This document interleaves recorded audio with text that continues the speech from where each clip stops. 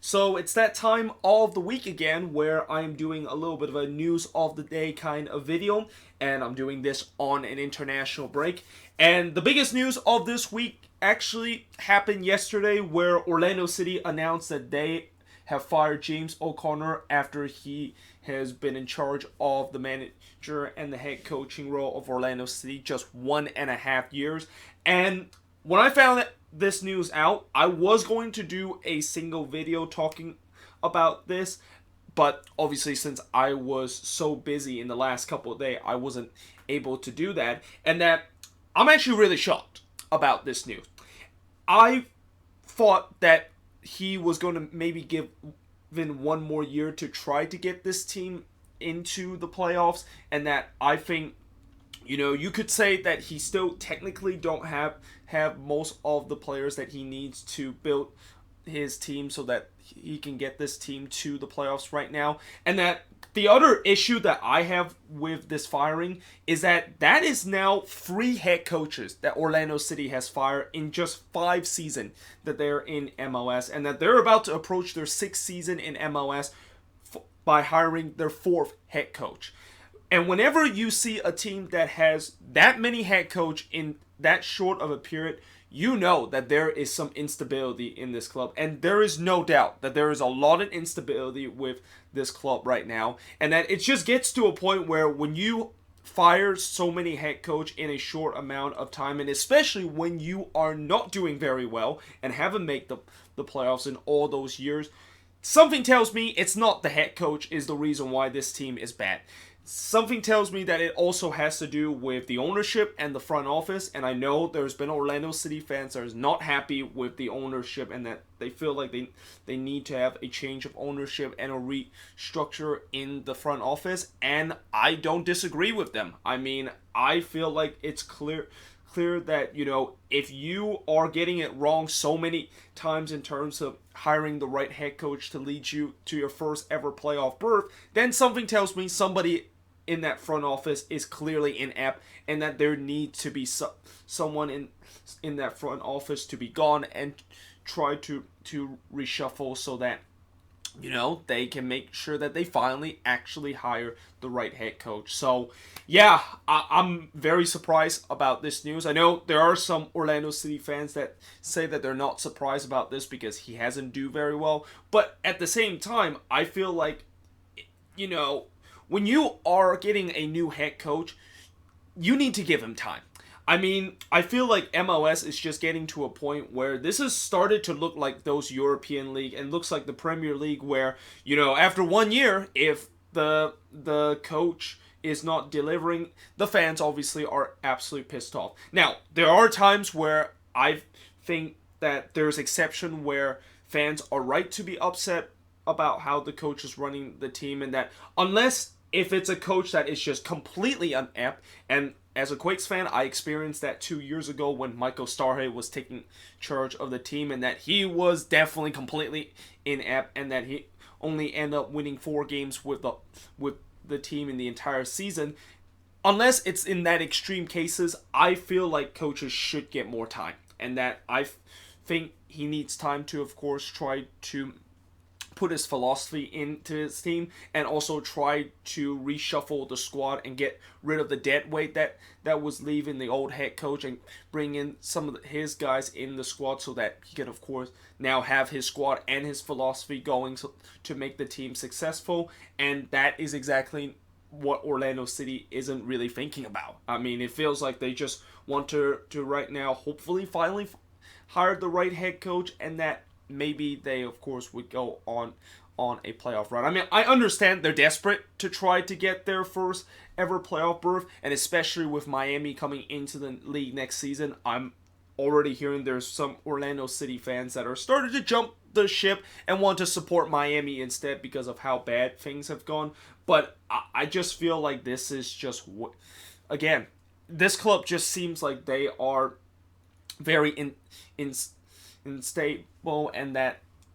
I feel like they're just being a little bit too kind of trigger happy in terms of firing and hiring a head coach. Now, speaking of Miami, Inter Miami owner Jorge Mas says that their stadium in Fort Lauderdale will be ready in the beginning of the season. And if that is the case, then I gotta say, it must be a world record in terms of assembling a stadium that I saw in the rendering. Because when I look at that stadium in the rendering, yes, I know technically that is just a temporary stadium, and that they of course are going to remove both of the ends at the end of the time when Miami is staying in Fort Lauderdale, and that when that new stadium that they're building down in Miami is done. But still, when you look at how shiny that temporary stadium is, I didn't think that it's going to take like less than 6 months to actually like I think a couple of weeks ago I still saw that stadium just completely abandoned and that they haven't really started work. So, unless if they can get it going in 6 months' time, I think this has got to be a world record in terms of the fastest time a team is able to assemble in a stadium. And that's even faster when I think the Whitecaps tried to assemble their permanent stadium. I think it was called Empire Stadium, where they of course assembled that stadium, and that the Whitecaps was going to stay there for a year before they move into a newly renovated BC place. But with the way that how that stadium looks, it's definitely looked much more bigger and much more complex than what you saw with Empire Stadium a couple of years ago. And I don't remember how long exactly the Whitecaps assemble that temporary stadium that they had, but I bet it's definitely not 6 months, especially of how how small that stadium and compared to the stadium that Miami is trying to assemble temporary, and that it's just much bigger. Speaking of Miami, they of course won the coin flip over Nashville in terms of getting the first priority to go into the expansion draft and also the super draft. So yeah, I mean, I feel like MLS maybe could have done a little bit better in terms of deciding who actually gets the first pick in the super draft and also who gets the first dibs in the expansion draft, other than a coin flip. But I guess maybe that's the best way to do it. And the good news for Nashville is that they still will get first priority in terms of the waiver draft and also the re-entry draft. It's just that Inter Miami, of course, is able to go first in terms of the bigger drafts that is going to be happening, which is the expansion and super draft. And when the teams are going to release their unprotected list, I might think about making a video talk about guys that was on the unprotected list that I recognize, and that it was that I feel like maybe I should do a top 10 list in terms of the guys that I'm actually very surprised in terms of putting on the unprotected list. Bastian Schweinsteiger retires after a glamorous career. So Bastian Schweinsteiger a couple of days ago announced his retirement from football, and that, yeah, I mean, what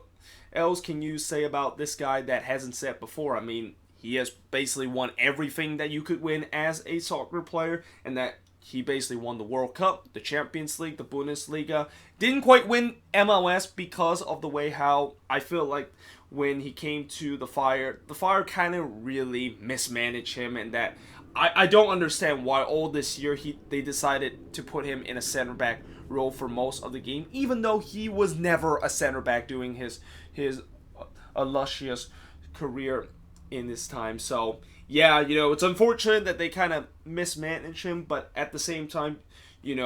it's been an incredible career that he has. And if you ignore his tenure with the Chicago Fire and when he came into the league, he has basically become one of the best midfielder we have ever seen in football history. The Chicago Fire also have announced that they are going to officially play at Soldier Field, and that they also announced the home opener date at March 29th of 2020. I actually forgot to put the date there and just said 2020, but they're going to play their home opener in March 29th of 2020, and that they still haven't announced their opponent yet because MLS schedule doesn't release until January. But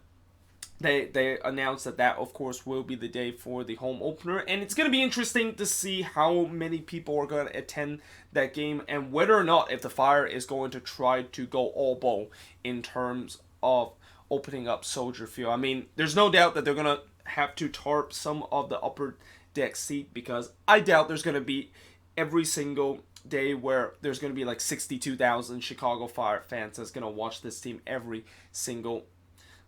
week. And that's no offense in terms of the Chicago Fire fan base, but I doubt that, like, nobody in this league that plays in a big stadium is able to week in and week out fill up their whole stadium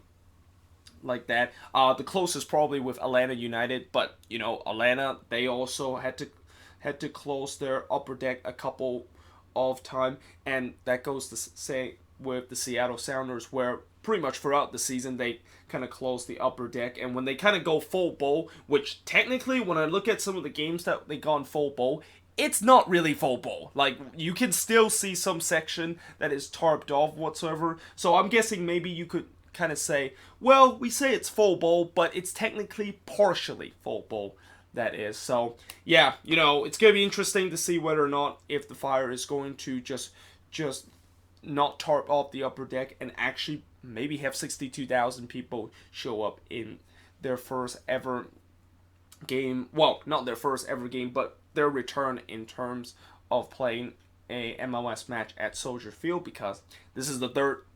stint that they are in terms of playing in this stadium. Nacho Piatti's skip exit interview, as speculation of his return to Montreal is still unknown. And what's interesting is that Piatti has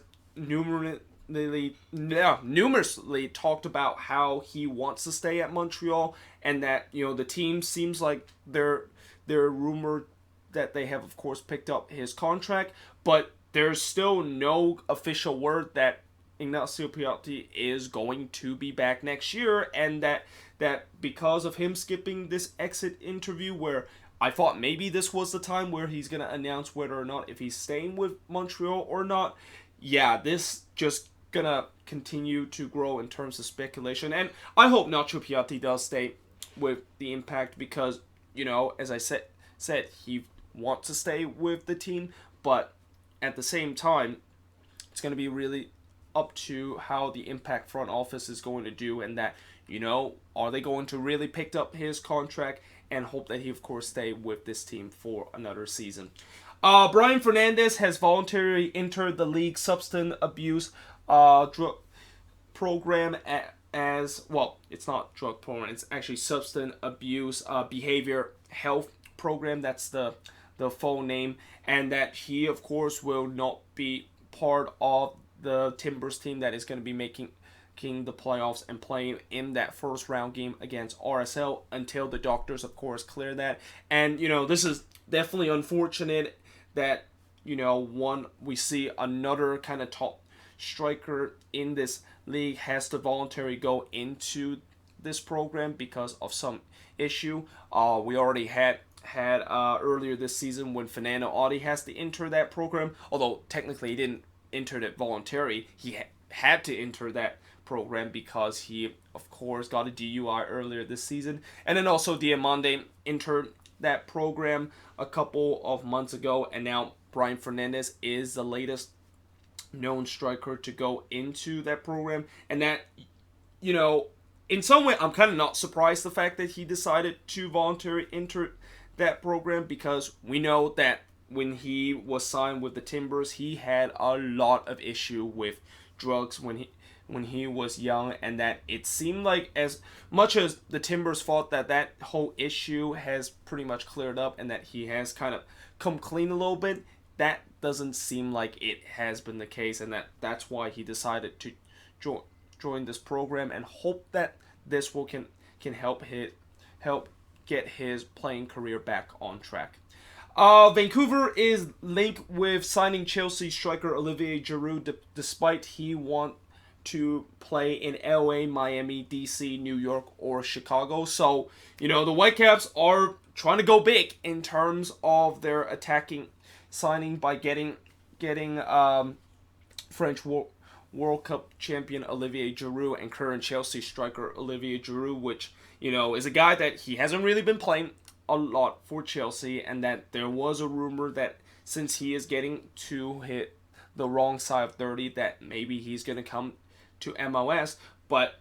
as he said, he doesn't want to go to Vancouver, but instead he wants to go to these cities that I mentioned. And I'm not surprised the fact that he wants to play in these cities that he listed, because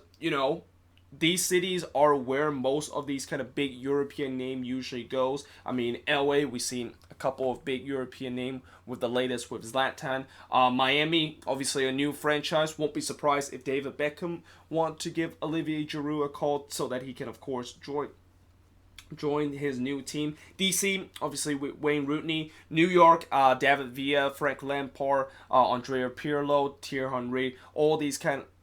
of big European stars that play